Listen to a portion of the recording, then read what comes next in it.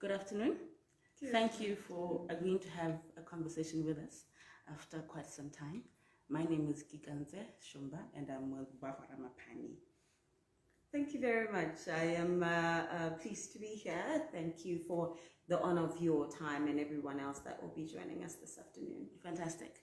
You've been out of the radar since elections 2019. Unzole guy.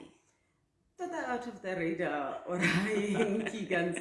I've been around since the elections. I actually decided then to take sabbatical and just do things that I like and sleep a bit more, eat a bit more. But obviously then COVID hit.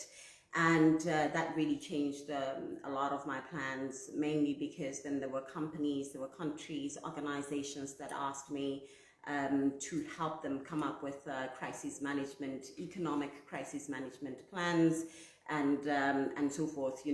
Help them analyze the impacts of COVID in the economy. And then, in addition to that, I was also part of the UN Secretary General's Group on Finance and for Development.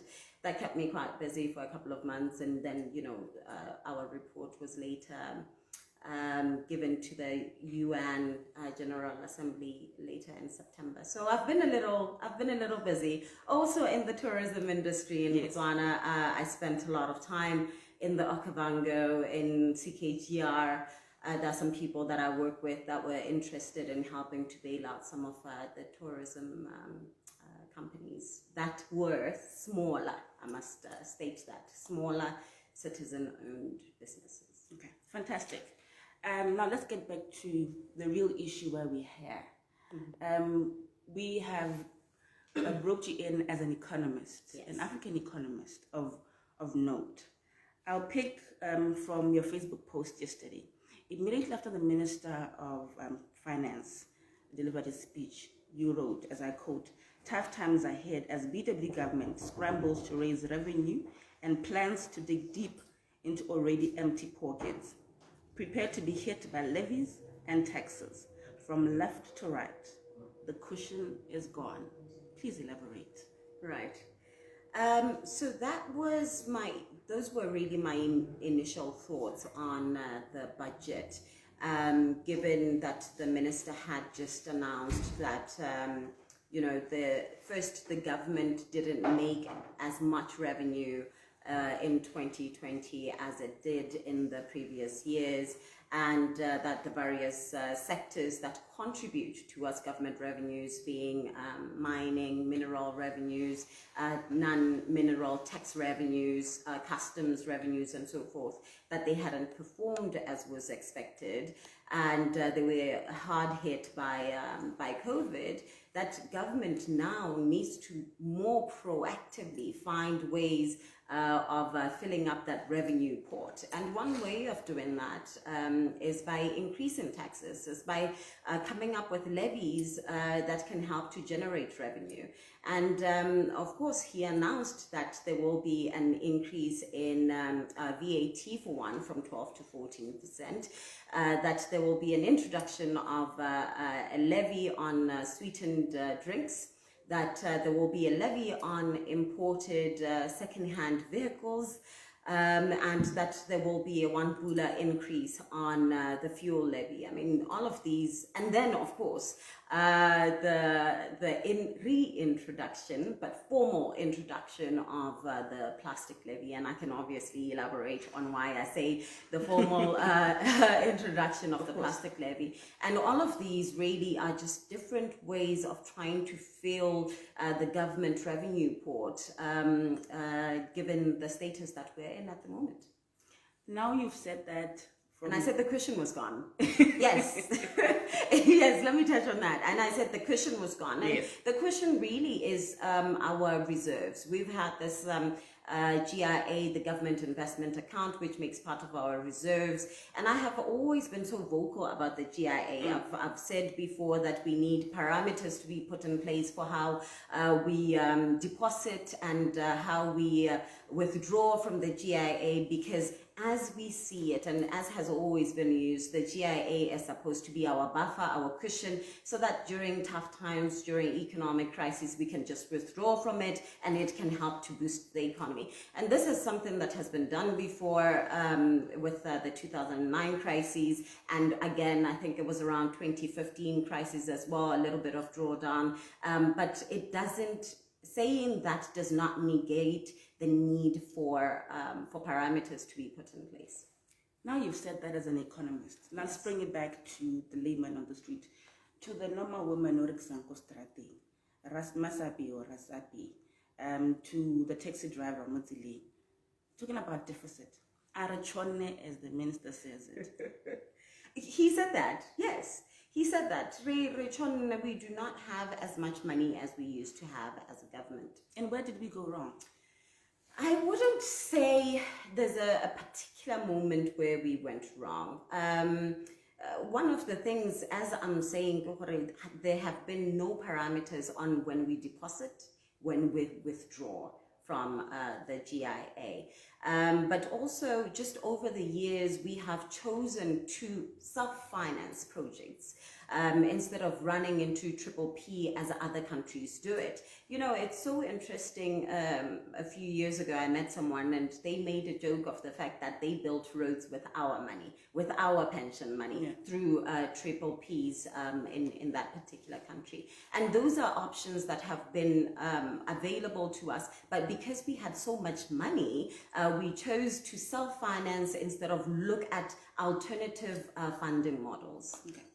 Now let's talk about the breakdown of the recurrent budget ministerially. We're smack in the middle of a pandemic. It's the second year.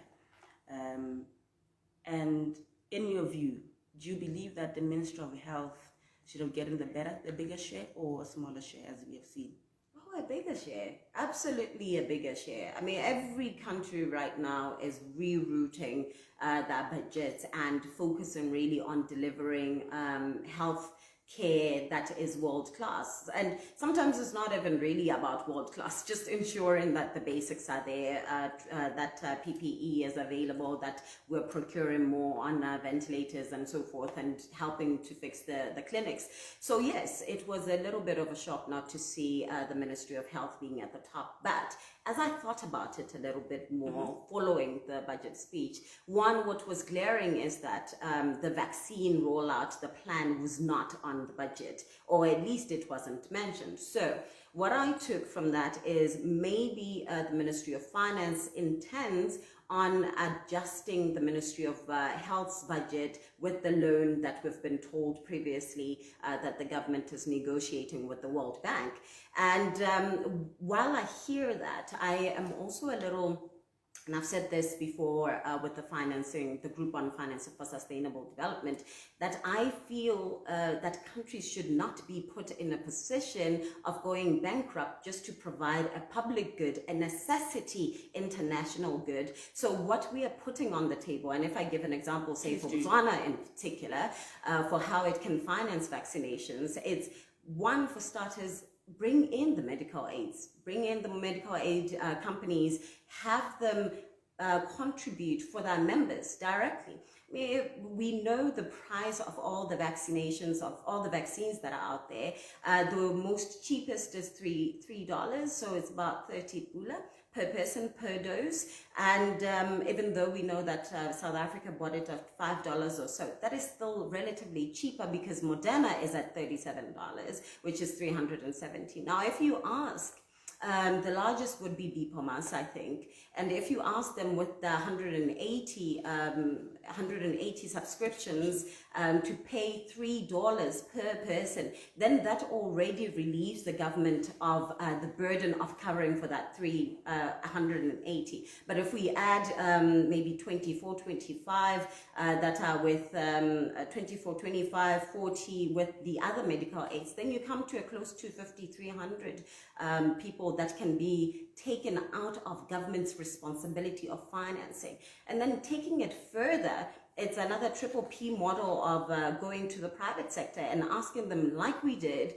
for the COVID fund, to contribute to it in order to buy more vaccines. And time is running out. We are seeing now that even Europe is freaking out. They are panicking because they are ordering late. And the more we wait to order, the less we're going to get, you know. Just to give you a little bit more figures, I know I'm talking a little bit more about the vaccine, but I'm concerned about I'm concerned that we haven't ordered yet. Right now, 13% of the world population, that is the US, Canada, UK, they and a few other developed countries, 13% of the world population now controls 57% of vaccine dosages. 57%. And they are talking about how after they have vaccinated their nations, then they'll start donating to us. And the Canadian minister was saying they think that they will conclude their vaccinations September, October this year. So if we wait for donations, does that mean we're only going to get our doses later in the year? I mean, even if we're talking about the COVAX program, the 2020, the one that is targeting 20% of our populations in lower income countries and middle income countries, the conversation there is really we are waiting for other countries to donate, to contribute so that we are able to buy. So I'm a little I'm a little worried about waiting for donations and not being proactive. Let's backtrack a bit. You talked about the private sector offloading the burden from government through medical aid. Already as it is, because of the COVID-19, we've seen a lot of people obviously downsized in terms of our economy. And you said in your post that our pockets are already deep and we don't have anything in our pockets. So as individuals, and how then do you foresee it possible that we can be able to get our own medication? Right. I mean, there are still people that are still enrolled. They have subscriptions with the medical aids, and I checked the figures. They're still very high. And what is needed for, you know, to push the medical aid companies to come to the table is first for them to be invited. And this is a vaccine like any other. I mean, they are participating they're participating in the delivery of ARVs. They are participating in penicillin. So there's nothing different about it. What just needs to be put in place are the parameters of engagement and of you know, the pricing associated with it. Who is to buy the vaccine? Because then the issue is if we involve a lot of middlemen, the price goes from $3, which is affordable, to a 30 pula, which is sorry, I have been doing a lot of international work. So from 30 pula to it can be way past 50 to 100 pula. You know how things are when you start involving a lot of middlemen. But if they're brought to the table and we negotiate what the rules of engagements are and the pricing associated with the vaccine, I am sure that they will come to the table. Again, you have been paying your subscriptions. It's not asking you as an individual to pay more. It's to ask for your medical aid schemes to cover you during this very troublesome time, a disease that everyone knows and understands that you need protection for. Still on the recurrent budget and different ministries, top of the list as usual, which has been a case for a couple of years, it's Minister of Basic Education. Yes. In your own view, in your analytical own view as a professional, does it deserve the highest share? Yes. And followed by the Ministry of Defense. Does it deserve the highest share? Right. So for education, I must say, I was quite excited about this yesterday when I heard about government's digitalization plans and how they're going to be giving tabs or some sort of computers or something to students, to learners. I mean, that is it's a good step, and I say that because last year we saw that private schools were able during the lockdown to continue teaching because parents at those schools could afford to connect virtually and to learn virtually, and we were leaving behind our students in public schools, and so this would be one way to ensure that, you know, our learners are not left behind. We're able to move at the same pace because we honestly now do not know just how dangerous the second variant and the various variants of COVID are and how they are going to impact the economy going forward. We might need another lockdown. I mean, all those questions are up in the air, and it would be necessary for us to be able to protect our learners when necessary. So I was happy about that. That's one of the things I was happy about. Similarly with issuance of e-visas. I mean, what was clear in this budget, Giganzo, was that there is a change of mindset as well, and embracing thoughts that have been available within government for a long time, digitalization, embracing of triple Ps, that I was so happy about. Yes, which I've talked about a lot, that we do not have to finance everything ourselves. But because we had that cushion, we thought, why should we ask other people for help when we can do it for ourselves? So I'm happy to see us embracing some of those talking about changes. Embracing of change and mindsets. As a country, we have challenges of delivery and implementation. Yes. Do you foresee us being able to deliver and be able to implement?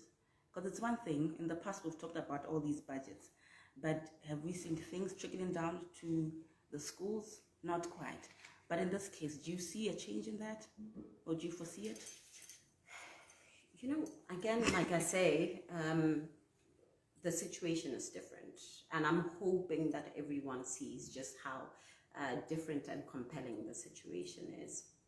Because we risk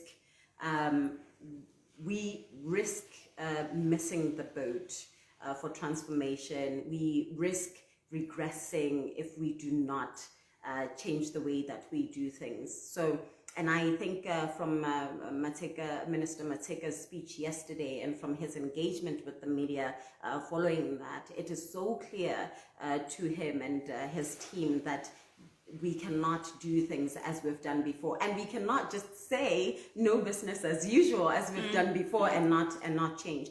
But what I think will also make things different is we are introducing other players into the mix who will, on their own terms, expect transparency, will also, in their own terms, expect delivery of projects. So what is needed, again, we've said this, is reinforcing the M&E, having that project management program. There's so many skilled people in Botswana that know how to do that, but also who know how to tailor deals. You remember last year, I was actually just thinking about it, that last year 2019. It's been 2019. Yeah, 2019 during the last budget, I said, we should just have ad hoc groups of experts who know how to negotiate deals on triple Ps, just come in and do that thing and leave. And we do not know which project they're working on, just to ensure, that there's no price fixing, there's no supplier fixing and so forth. And I think those are some of the things that we will see happening going forward. Another sore thing that came in with the budget was that the government... Well, I hope. Yes. Another sore thing that came with the budget is that the minister talked about right-sizing of the public service. And this has been talked about in the past.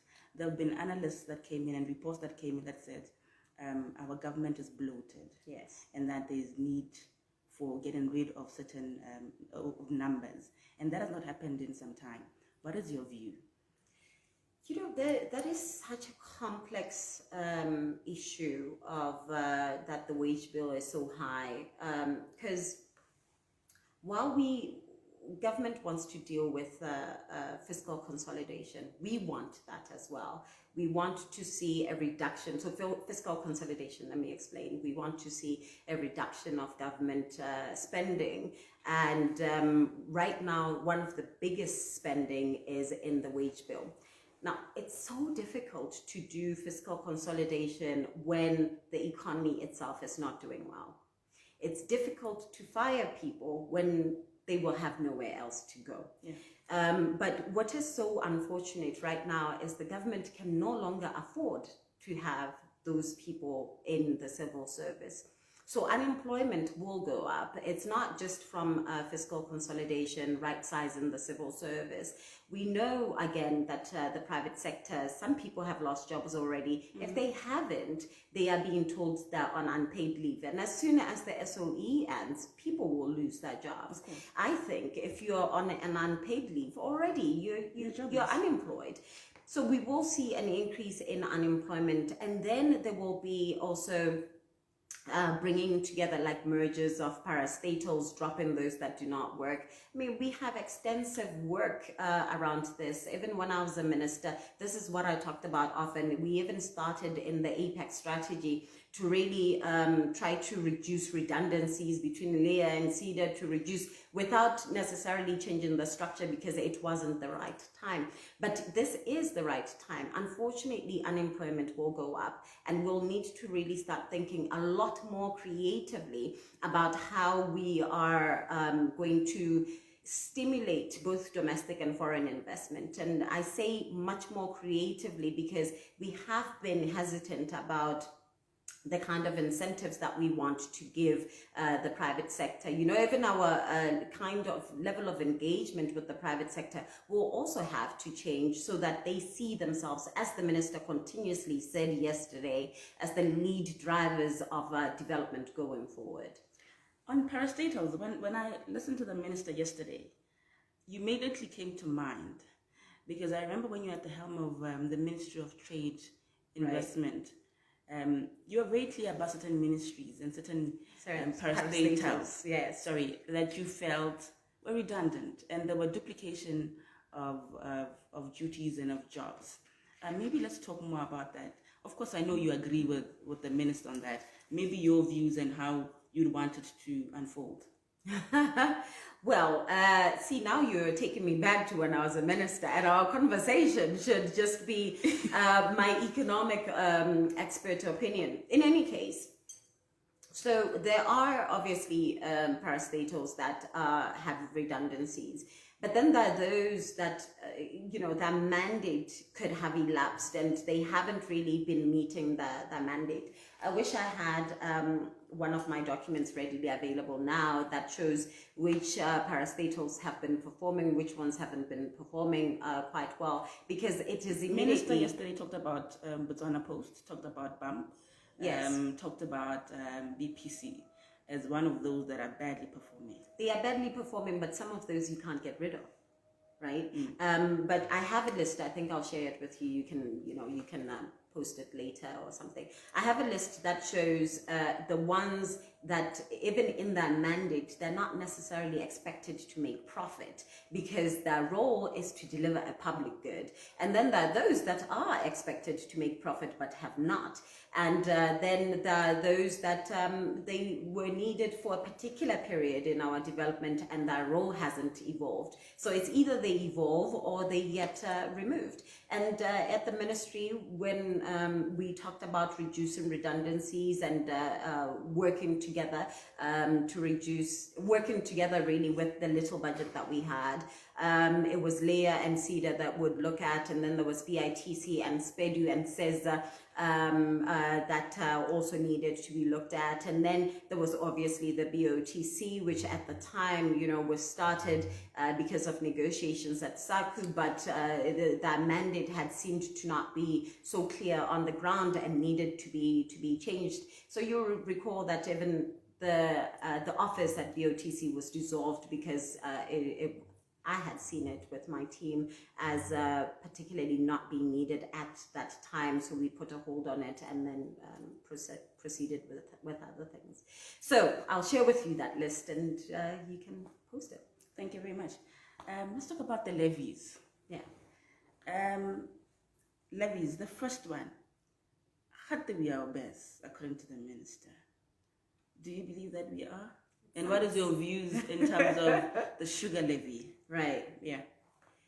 Well, first, yes, there's data that suggests that Botswana are obese, that we are what's the word? Re tshabelelwa ke malwetsinyana. Malwetsinyana bo BP, sukiri, I long hore a diriwa ke ka hare tshelang ka teng, ka hare jang ka teng. And we've had this discussion for a very long time. I am so conflicted talking about this because when I was still a minister, it was a discussion, and I was conflicted in particular because I felt, we had just won a battle that took so long in negotiating for sugar and promoting sugar industries in Botswana. So after that big win, then it's taken aback by the levy. So I think at the end of it now will go out on implementation, on the engagement of those sectors, on how they then deal with raising awareness on the dangers of sugar and how you use it. But I might as well just highlight, as we've always argued, that sugar is not just in the drinks, Yes. It is in everything. So if we're going to tax sugar, it shouldn't just be on sweetened drinks. Then it should be on everything, unless it just comes out as if we are targeting a particular industry and it's not necessarily about the sugar itself. We're also talking about. By the way, I'm not saying we should be taxed for biscuits. I'm just giving an example. I do not want to be misquoted. Yes. Talking about levies, we've had issues with levies in the past. Yes. I believe you also, when you came into office, you also found that issue as well. For example, the plastic levy. For the longest time, we didn't know who collects the plastic levy. Whether it was at Ministry of Tourism, whether it was at Trade where you were at, or whether it was at Ministry of Health, no one was accountable to such levies. And we have a lot of levies. Do we really need the levies? And I remember. And what difference do they really make? I mean, we have had, in terms of other levies, they will be set up recreational facilities of rehabs and so on. But we have not seen that. Are we going to see a difference? We do have a lot of levies, and you remember, I hope you would remember the time after the NPF scandal that former Minister Matambo gave a whole statement in Parliament about how now we were going to consolidate all of these levies and ensure that they are reported to the Ministry of Finance so that we effectively deal with our public finance management. And I can tell you that now, like the alcohol levy is in the consolidated fund. Consolidated fund is the government revenue bucket, and some of those are still in there. Some, according to that acts, are still with their respective ministries. What I think we should be focusing on is how efficiently we collect our taxes and levies and how we distribute them and how efficiently they function, instead of introducing new levies, particularly right now. I want to say particularly right now because this is a crisis. As I said in my post, people's pockets are empty. We already know that our households in Botswana are over indebted. Some people are going home with zero balances and negatives on their paychecks, and others, when they've lost their jobs, they still have to go on public transport. They still have to go buy food. So some of these levies will affect them directly, even as they are either unemployed or getting zero balances. So it hurts the poor even more than it hurts other classes. But it is never a good idea to increase taxes during a crisis because it drains the little bit that individuals have. But there are various schools of thoughts in economics. One suggests that government is the right way of distributing wealth, and others suggest that consumers, when they spend, they are the ones that are able to drive growth better. So it really comes out of which economic model you want to apply. Fantastic. I think we've talked extensively. We've run out of time. No, we've not. I think my time. Just a few moments and then we'll let you go. The last one is the VAT on businesses. What is your take and how will it affect the ease of doing business? if at all it would? You know, it's so interesting. This morning when I was on Facebook, I got a memory that 9 years ago we were actually talking about harmonization of VAT with South Africa, and our argument then was that Botswana needed the revenue. But even in 2012 we were not in dire position as we are now, and it was not liked at all in 2012. And remember, 2012 we were just out of the economic crisis. The economy was rebounding. It would have been the right time to introduce a tax, to introduce the increase in VAT, because the economy was starting to do well and people wouldn't have felt it that much. And a quick secret, it has been suggested that Botswana have a very marginal response to price changes. So that, especially when they're not in a crisis, as evidenced by the alcohol levy, Botswana continued to drink even as the alcohol levy kept being increased. And as taxes change, it has also shown that Botswana do not react to that change in pricing. But when deep in a crisis, everyone feels a change in pricing. Everyone feels a change in taxes. So it could have been deferred to a later time. But I know the government is under pressure to raise revenue. But really, I think our focus, economically speaking, shouldn't just be on where do we get more revenues. It should also be on a very concerted effort of where do we reduce government expenditure. From the budget, any highlights to at least put a smile on our faces? Anything to smile about? I mean, I said this earlier, for me, I was so happy to first feel like it was a very loaded budget speech. So to first feel like there is a real sense of urgency in government, a real sense of urgency to change things, to bring in for triple Ps, you know. I support us not relying on our own budget. We have such a good credit rating. We must use it. So hearing that there will be a change in the way we procure, we do our major infrastructure, and the way that it will be financed, that is something that should make us happy, because it essentially means we'll have a lot less of a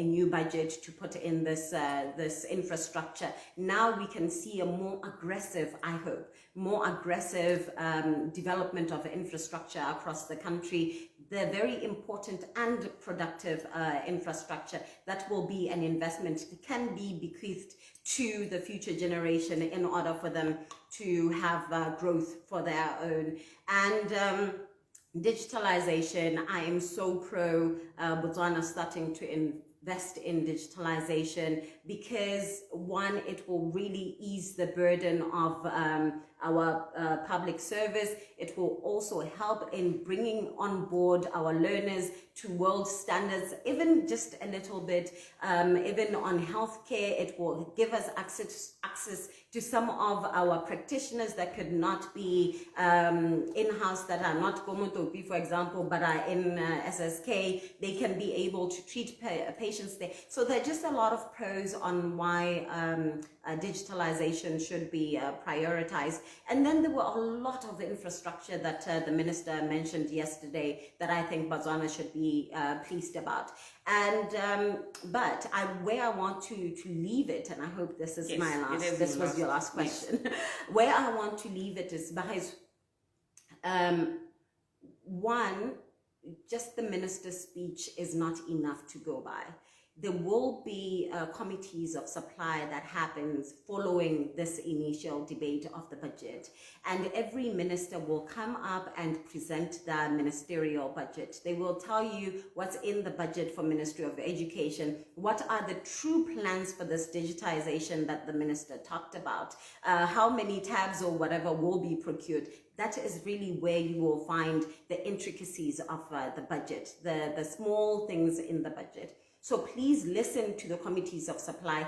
pick the ministry that you want and understand. But if you're also in business and you want to tender, this is also a good place for you to pick out some information on, how you should plan better, how you should strategize for your business, where are the opportunities. And if you're just at home wanting to know how your country is going to be developed, I also suggest that you listen to the committees of supply. And my last word is, it is really usually during the tough times that, yes, we complain, we say there's a lot of money, there are a lot of taxes, but we find ourselves in this particular position. So the economy is essentially ours. Yes, it is being led, but it is our economy. And we have to make a definite decision on how we want to support it. What kind of pains are we willing to stay through in order to see us coming out on the other side, doing better, building back better. And we have to be so clear that our vulnerable communities are not left behind. So listen out to those committees of supply, comment, send your thoughts, because as far as we're concerned, I know this has never been a practice, but as far as we're concerned, and I've said this before, the budget speech is still open for comments. That's how it's made to be. It's like any other bill. And we're supposed to comment on it, but we never really do. So this could be perhaps a turning point in how we engage, a turning point in how we think about transformation, and perhaps a turning point in the development of Botswana. So I wish us all luck. And I want to thank you very much again for honoring me with your time. Thank you so much for agreeing to have a conversation with us. Very enlightening indeed, and all the best in your future endeavors. Thank you.